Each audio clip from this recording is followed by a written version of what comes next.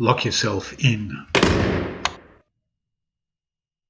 Well, Eric, we're in the cage, and the idea of the cage is we lock you in until you answer the question.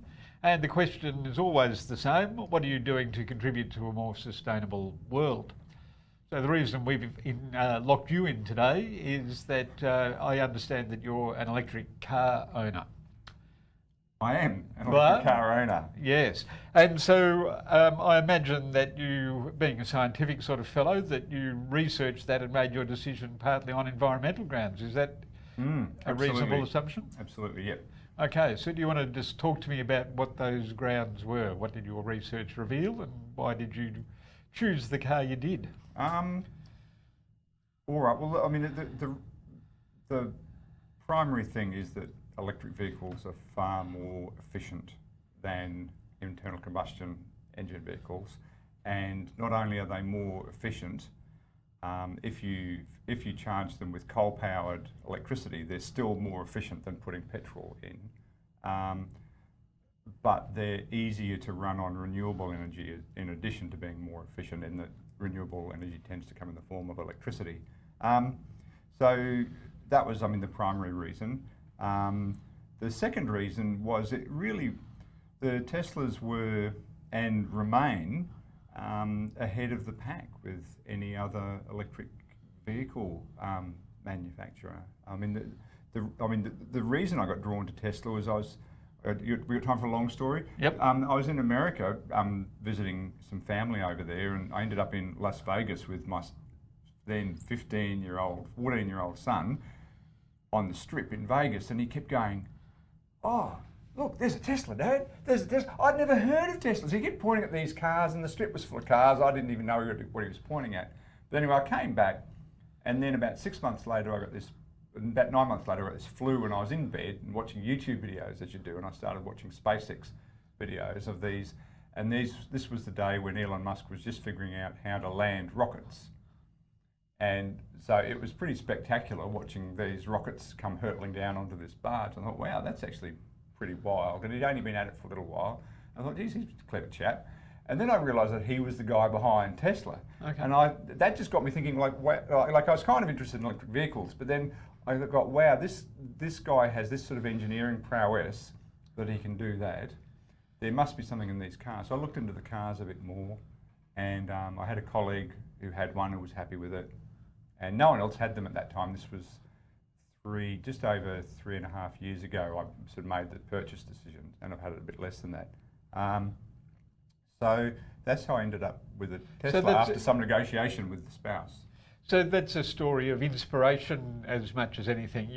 Your son was, attracted to them, and then it was the SpaceX sort of that impressed you, and then you went and found out more about it. Yeah, so all the kids know about Teslas. This is the thing, driving around in the car before they became more popular, where you'd be driving past people, it'd always be the kids that would point at the kids and go, look, wow, Dad, it's a Tesla. And Dad would be like me going like, what are you talking about? And the reason is because of Grand Theft Auto, the Teslas were in that. So all the kids knew them from video games. Well, I didn't know that. There you go, learned something. It's interesting that Elon Musk set out to create a, sexy electric car because they hadn't had a enviable reputation. Yeah, they had the before golf buggy reputation. That was really the, and the only equivalents like the Nissan Leaf, really pretty expensive and short-ranged. And so, what's your experience been? Has it been, the sexy Grand Theft Auto kind of experience? Oh, it's a flash car. It's my previous two cars were Getzes before then, little Korean hatchbacks, and so this was a significant change. And they're amazing vehicles. And I think the genius of Elon Musk was to realise that it was hard to make a competitive, cheap vehicle, but if you pushed up into the high end, the luxury end vehicles, all of a sudden the electric cars became a lot more competitive. And there's a couple of reasons for that. One of them being is that it's not hard to give them lots of acceleration. Electric vehicles have tremendous performance off the mark, and they're very smooth to drive. And they favour a slick design. You really do want a aerodynamic vehicle. So the natural electric vehicle is as fast as anything and very sleek. And so he realised that he could make a product for that market that was very competitive 3 years ago when you looked at that $120,000 It's not uncommon. price mark. It's a very competitive vehicle. There's no sacrifice. If you're going to pay that much for a car, buying a Tesla 3 years ago, and he's been winding that back since. And so what model was yours? I think there was a 3 where... I got the cheapest one I could. They don't even make ones as slow as I bought. Okay. Now, and it still wasn't cheap. But in my memory, there was a sort of version 1 which was very expensive. The version 2 was a bit better. By the time got to version 3, I bought an S60, which was actually an S75 under the hood, and I've subsequently upgraded it to which was a software change where they unlocked an extra 15 kilowatt hours in the battery. So now it's an S75 and they've changed the badge at the back. It says S. So it's got a single motor. They don't make a Model S with a single motor anymore. The current models have a sort of a rear and a front wheel motor. So mine's just a rear wheel drive.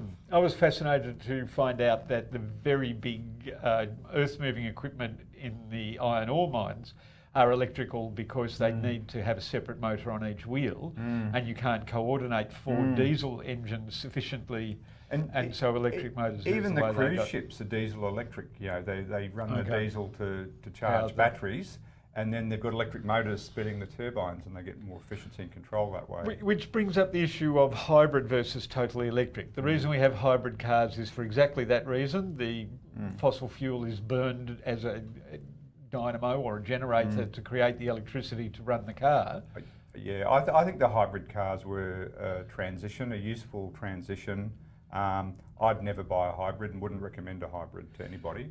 And so presumably the professed advantage is that it's easier to fill up. Range, yeah. So there's this notion of range anxiety, which is common in non-EV owners, that what do I do when the battery gets flat?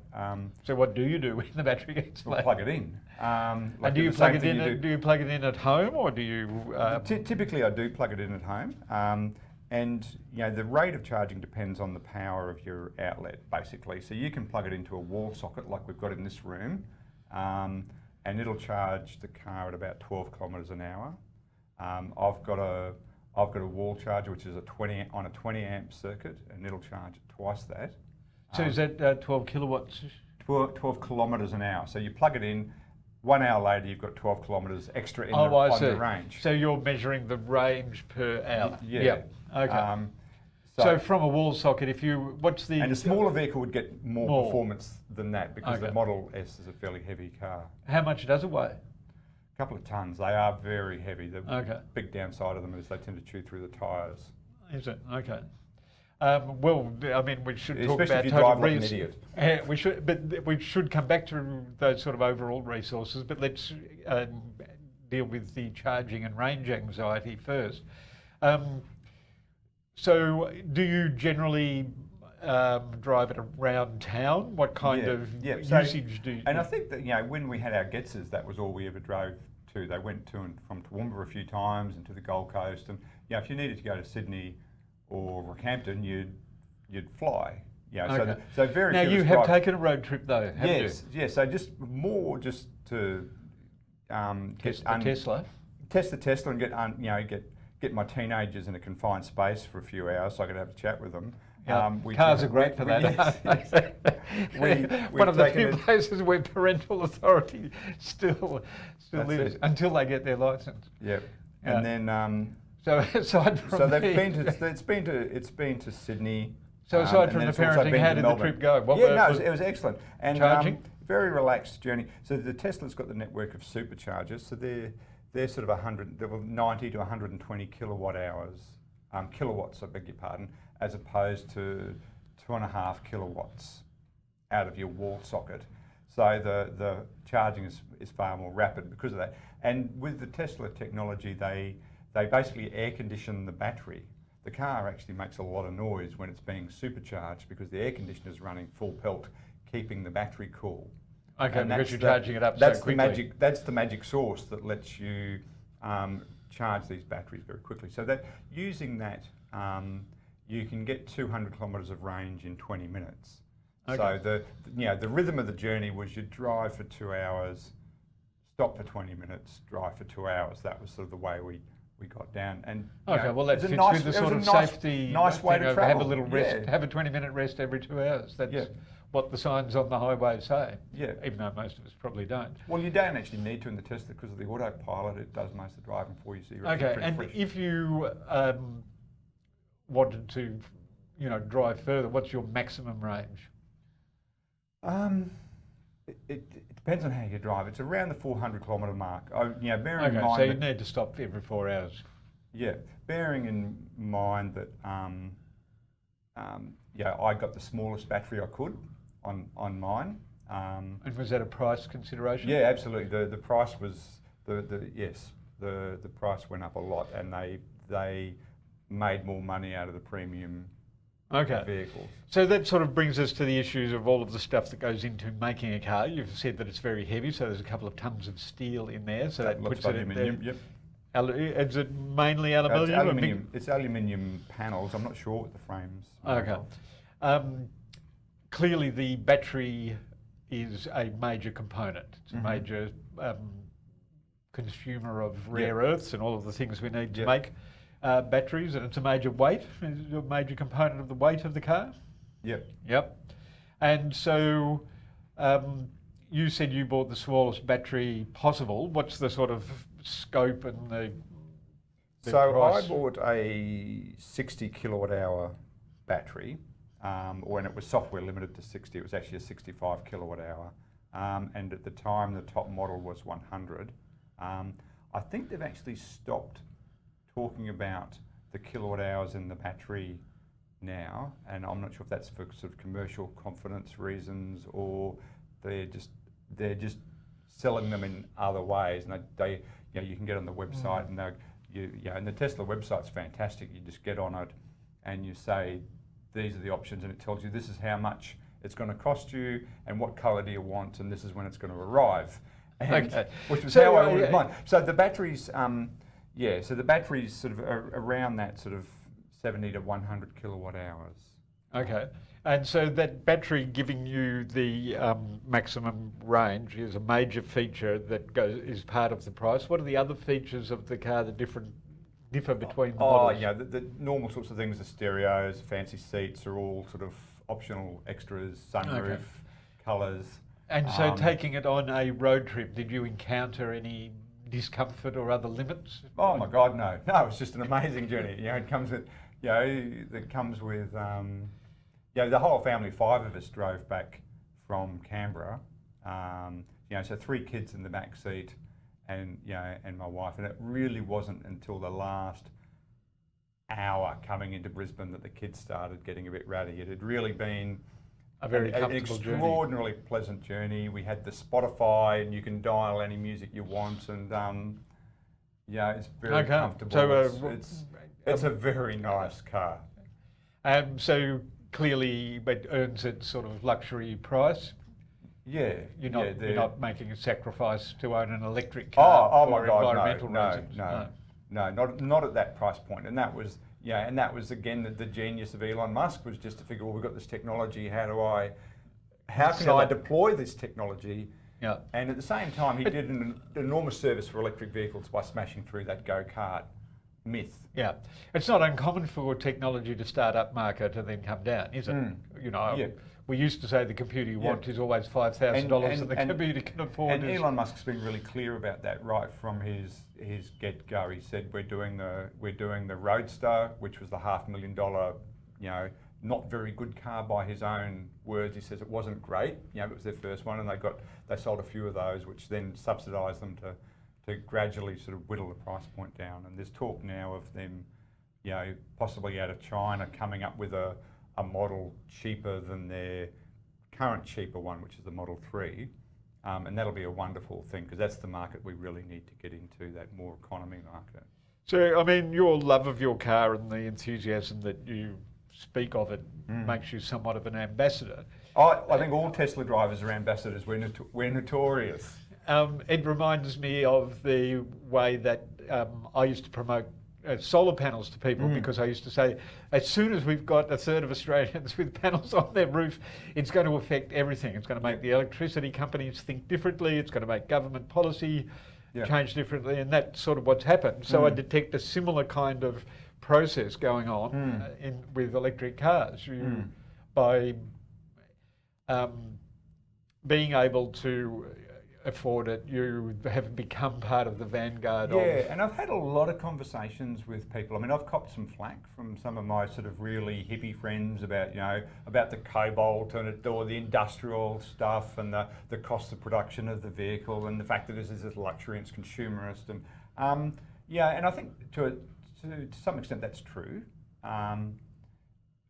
But it's let me have conversations with my conservative, medical colleagues about this, and then segueing into, climate change and environmental issues, and it makes the whole movement to sustainability and addressing climate change seem less about pedaling a bicycle uphill and eating mung beans, and more about just being smart and using smart technology and Interesting. And moving forward with technology, and people will engage with that. People who won't engage with the push bike and mung bean conversation, who just can't go there emotionally, are much more happy to engage. Well, that's a really interesting and powerful point, because my general approach in this project of putting together a Living Sustainably book has largely been pushing how do we push bikes up, or how do we convince people to push bikes uphill and live on mung beans. And the thing, as a doctor, I've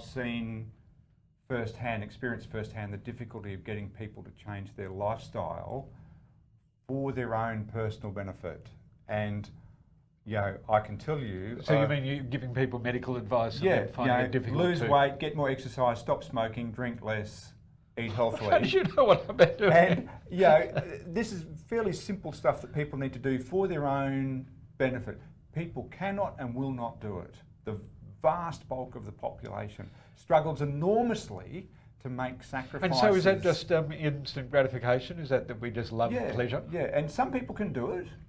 And there's a bell curve with this, and you've got extremes at both ends of the bell curve. But for the people at that dedicated, forward-thinking end of the bell curve, to be shouting at the rest of the bell curve, come and think about the future like we do. That's as a doctor who's had those conversations, I'm very nihilistic about them. I'm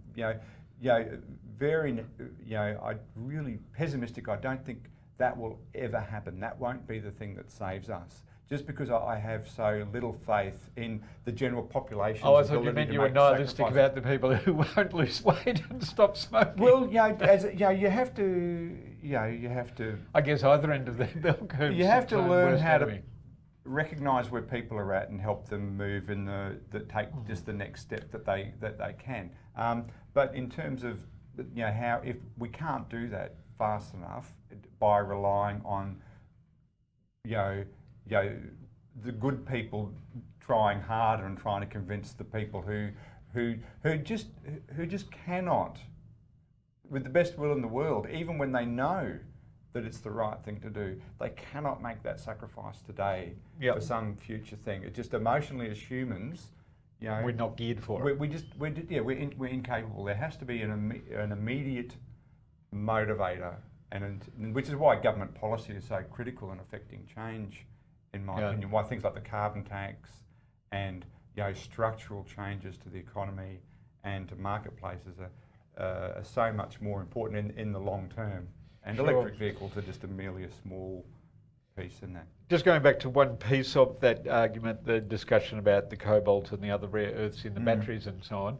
Have you explored what kind of end-of-life facilities there are, or when something wears out, how replaceable are the components? And they can swap out a battery very quickly, and I think my hope is that they'll get electric vehicles on the road. They'll keep them on the road for much longer than petrol vehicles ever have been. There's really no reason why they shouldn't be recyclable. To be honest, I haven't seen evidence of anybody doing this at scale yet, and partly because none of these things are at end of life yet, or the volumes are so low. I guess the fact that we're not exploding a fossil fuel inside a metal container probably means they will last a bit longer. Exactly. An internal combustion engine is a very hostile sort of thing that has to be contained, and you've got all these hot pipes and seals and things that perish. And so, other than just the cycle time on the battery, so the battery is just elements. It's it's lithium and cobalt. So, they tell me that it's easy to recycle them. I just don't, like it's easy to recycle plastic. So, the proof's in the pudding with this stuff, but there's really no reason why they shouldn't be recyclable. Given the simple molecular nature of it compared to plastic, one would hope that... it can just be smashed up and separated. There might be a large energy cost, but probably not a lot of waste.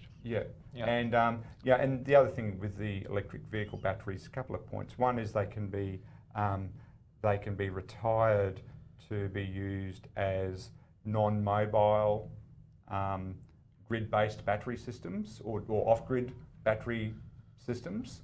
Even if they're down to 70% of their original capacity, that's still a massive battery to start with. So your standard. And can you look at your battery, or is it built into the sort of underbelly of the car? No, it's built in. You drive on it, which means that you get tremendous performance out of it.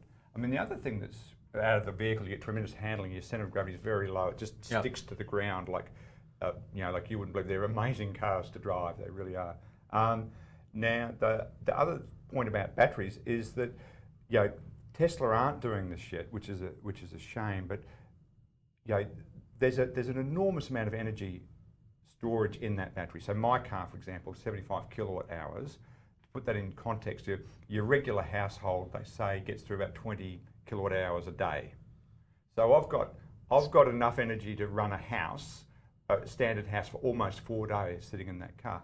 Now, the other thing is, on my average day, I only drive 5 to 15 kilometres out of a 400 kilometre range. I'm using a tiny fraction of my battery, and when I get in my car, I need a very low range, which means that theoretically there's this enormous capacity there in that battery that could be used when you're plugged into the grid. So you just arrive at work, you plug in, it's got some sort of smart connection. This is all future stuff, but you plug in, it communicates with the grid, and it basically buys and sells electricity all day long. It buys electricity when the electricity's cheap, and it sells it when the electricity's expensive. So it becomes part of a mobile network of distributed storage. Yeah, and demand management.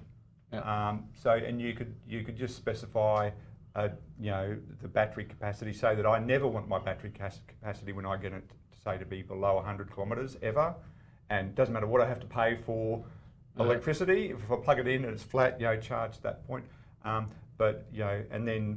then otherwise when it's cheap, fill her up, and you could do that. And so that technology's got tremendous promise, I think. I mean, Elon Musk, he's resisted the idea. He's described it as foolish, and I think I don't understand why. I mean, he does provide an 8-year warranty on the battery, and if you were buying, what's the idea he's described as foolish? The idea of using the batteries for this buffering that I was talking about. Okay. And he supplied an 8-year warranty on the battery, which would then be compromised if it's been cycled much more aggressively by providing grid services. Then that's obviously not going to last as long as it's going to need to be swapped out. So it may be a commercial it might logic, and it might be just that if you want to have those services, you're better off just building a dedicated unit like they did in South Australia. Dedicated housing. It's designed from the ground up to be a non-mobile unit, which has probably got some cost saving. I mean, all this stuff has to be engineered so it gets rattled around in the back of your car or in the bottom of your car. For 8 years and not be damaged. So there's a lot of engineering that would go into that, whereas if you're building it so it gets unloaded, get gently off the back of a truck and put it on a concrete slab, that's obviously going to be a much cheaper thing to make. It's also interesting that you got 3 or 4 days worth of a household's electricity supply to drive a couple of 100 kilometres. It shows how energy intensive transport is. Yeah, it can be, yeah. Yeah. But remembering that our typical commute is far less than that.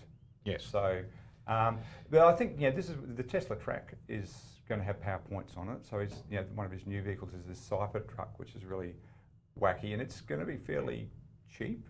And I've put a deposit down on it, more just to troll my spouse, who wasn't at all enthused with the idea because they look fairly wild.